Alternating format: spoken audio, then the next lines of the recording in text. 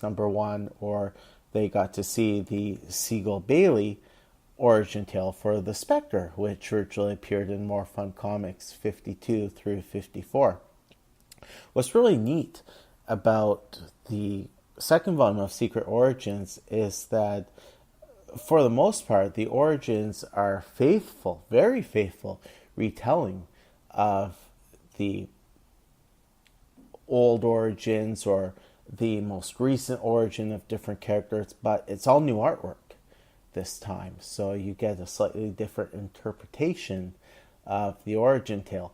Also, for some heroes like Alan Scott, the first few issues from their Golden Age time were packaged together as one large story. And yes, the JSA did receive the Secret Origin treatment, despite the fact that the majority of their members have been cast off onto the astral plane. This was done to help bring new fans on board, certainly to help more established fans recall certain origins. And it was also DC's way of saying, okay, we're focusing on the here and now, but before Superman, before Batman, before Wonder Woman, there were these heroes who fought in the 1930s and the 1940s. And so the Spectre got his appearance in Secret Origins. The story was co-plotted by Roy Thomas and Michael T. Gilbert. Mr. Gilbert also provided the art for this issue. And looking at it would have been really sweet if Mr. Gilbert had been recruited as the regular ongoing penciler or artist for the Doug Munch run on the Spectre. He does a great rendition of both Jim Corrigan and the Spectre. By the way, the Secret Origin tale for the Spectre faithfully retells the Siegel Bailey origin story from issues 52 through 54 of More Fun Comics. The only significant change I could find that Mr. Thomas and Gilbert made for their revisitation of the origin was the fact that we get confirmation that the Spectre's guise is not a costume that he puts on. In other words, Jim Corrigan transforms physically into the Spectre. And we see this in a scene just after Corrigan has released Clarice from their engagement, and instead of going home to knit together a green and white costume, he instead goes back up into the stars and he appeals to the voice to release him from his mission. And the voice says, nope, you're stuck with this now. In fact, you better get back down to Earth, because even though you've let the love of your life go, her very existence is in renewed danger. And so Corrigan is cast back down, and as he's sent back to Earth, he physically transforms into the iconic green and white guise. And Corrigan says, my goodness, I now appear in the guise of a Spectre. So a really neat tweak there to the origin. But what I really like about Mr. Gilbert's art is that he makes Jim Corrigan look like something of a rather big brute. A handsome brute, but it shows you that there's this harder edge to Jim Corrigan. There's a side to him that could be construed as something of a bully, but he's handsome enough, and he has his moments where he certainly lets his guard down, especially after saying goodbye to Clarice, and he breaks down. And Gilbert does a really good job of showing Corrigan as somebody who has these feelings locked up tight inside him, and then is overcome at certain points And you can tell by the facial expressions that this is a Corrigan who has difficulty crying. He has difficulty handling his facial expressions at points. And then Gilbert Spectre looks really ominous, really big, larger than life. I really wish that Mr. Gilbert could have been available or would have been approached to be the ongoing artist on the Doug Munch run of the Spectre. So now we get to April 1987. Things like Man of Steel, Batman Year One, the first couple of arcs of George Perez's Wonder Woman, Legends, introduction of the Wally West Flash in the new volume of The Flash ongoing, the new Suicide Squad book. All of these things have been done. They're up and running. I really have to hand it to DC for not coming out with a second volume of the Spectre right away. So all of these characters were getting revamps, retellings of their origins, getting new volumes, but there's nothing for the Spectre. And I'm sure that really had a number of Spectre fans on edge. I do need to backtrack for a second. I do need to remind folks that DC's editorial policy during the first half of the Copper Age especially was that if a character did not get a full-on post-crisis revamp of their origin, their most recent pre-crisis origin just transferred over to the post-crisis era and acted as a placeholder of sorts until they later got a post-crisis origin revamp. And certainly that applied for the Spectre. It wouldn't be until Ostrander and Mandrake that fans would finally see a retooled, reimagined Jim Corrigan as a Spectre origin tale.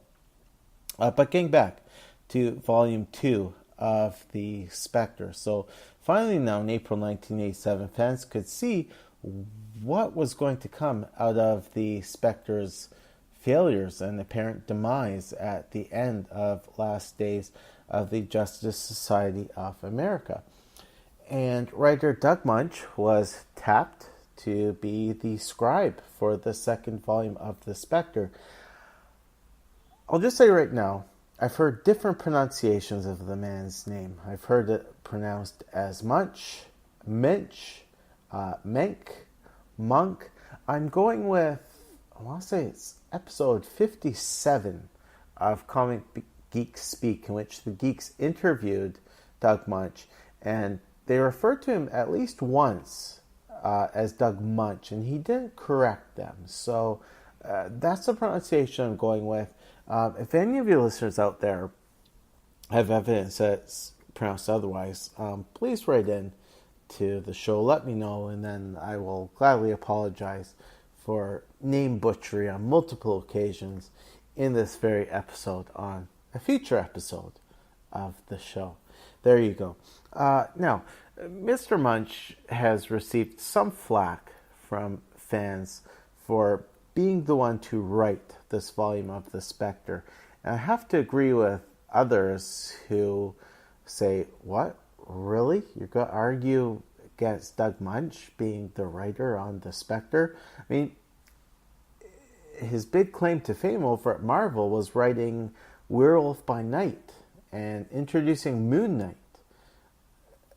Prior to Volume 2 of the Spectre, Mr. Munch was the writer on the Bat books for, I want to say, about a 3 to 4 year stretch in the first half of the 80s. He introduced a character like Nocturna.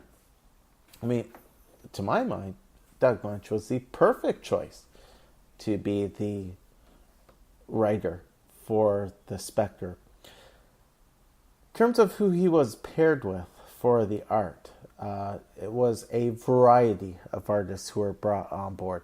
For the first 6 issues of the run, it was the late great Gene Colan, who certainly got the book off to, from an artistic standpoint, a a point of real stability. I mean, you look at Colin's art, and it's classic, it's timeless.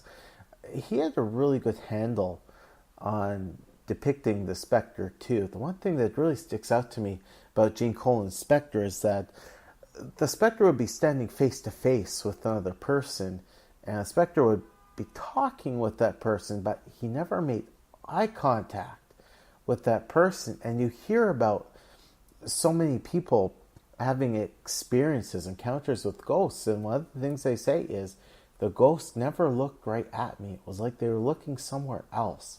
So I really like that Mr. Colan included that in his depiction of the Spectre. Also, his Spectre had the classic white, irisless eyes, but at the same time, Colan had this really neat artifact where the light would bounce off one of the Spectre's eyes, and the eye would gleam like a star. It would even take on a small star shape. That was a really neat effect that really gave the Spectre that spectral feel. You know, if Mr. Colan had been able to stay on for the entirety of the run, that would have been great. Gray Morrow came on for 6, maybe 7 issues, and he had a really neat interpretation of the Spectre where he actually tried to add a bit more of a human look to the Spectre, but it didn't come off as making a Spectre look gentler. In fact, it gave more of a creep factor to the Spectre, if you can believe that. And then from there, it was really a rotating cast of artists coming on and off the book. I'm going to argue more about this later in this episode. This run lasted only 31 issues plus an annual, so 2 years plus change. And for me, one of the reasons why this run did not last as long as it did was because of the inconsistency in the art, especially in the second half of the run.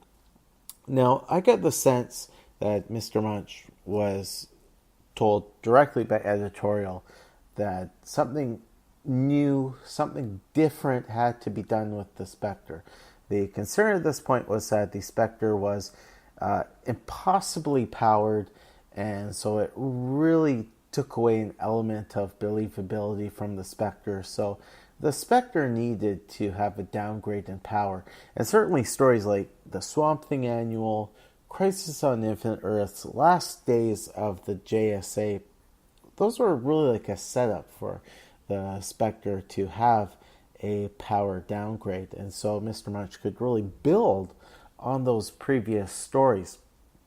I will say, though, that in doing something different with the Spectre, Mr. Munch took an interesting approach, and he did this twice. He did this in the first few issues of the run, and then he did it again just after the midway point of the run. He took an approach that everything old is new again. So let's get into it. So Spectre number 1 from Volume 2 comes out with the cover date of April 1987. And there's 2 storylines running concurrently in the beginning. In the first storyline, we see the Spectre in the cosmos just spiraling, drifting, completely listless, and no real control of his faculties as he's spinning and looking like he's moving aimlessly. He's being chastised by the voice, who reminds the Spectre and the readers of the Spectre's 2 earlier failures. Failure to prevent evil incarnate from storming the gates of heaven and preventing the collapse of the multiverse. Really neat reference here, given that in the earliest days of the Copper Age, it was considered a big no-no to refer to alternate Earths or a multiverse. But I think given what Munch was doing, he got a pass on this. Editorial probably said, you know what, this is necessary, so we'll allow it. So the voice continues to admonish the Spectre and tells him that the punishment he's about to receive is both too lenient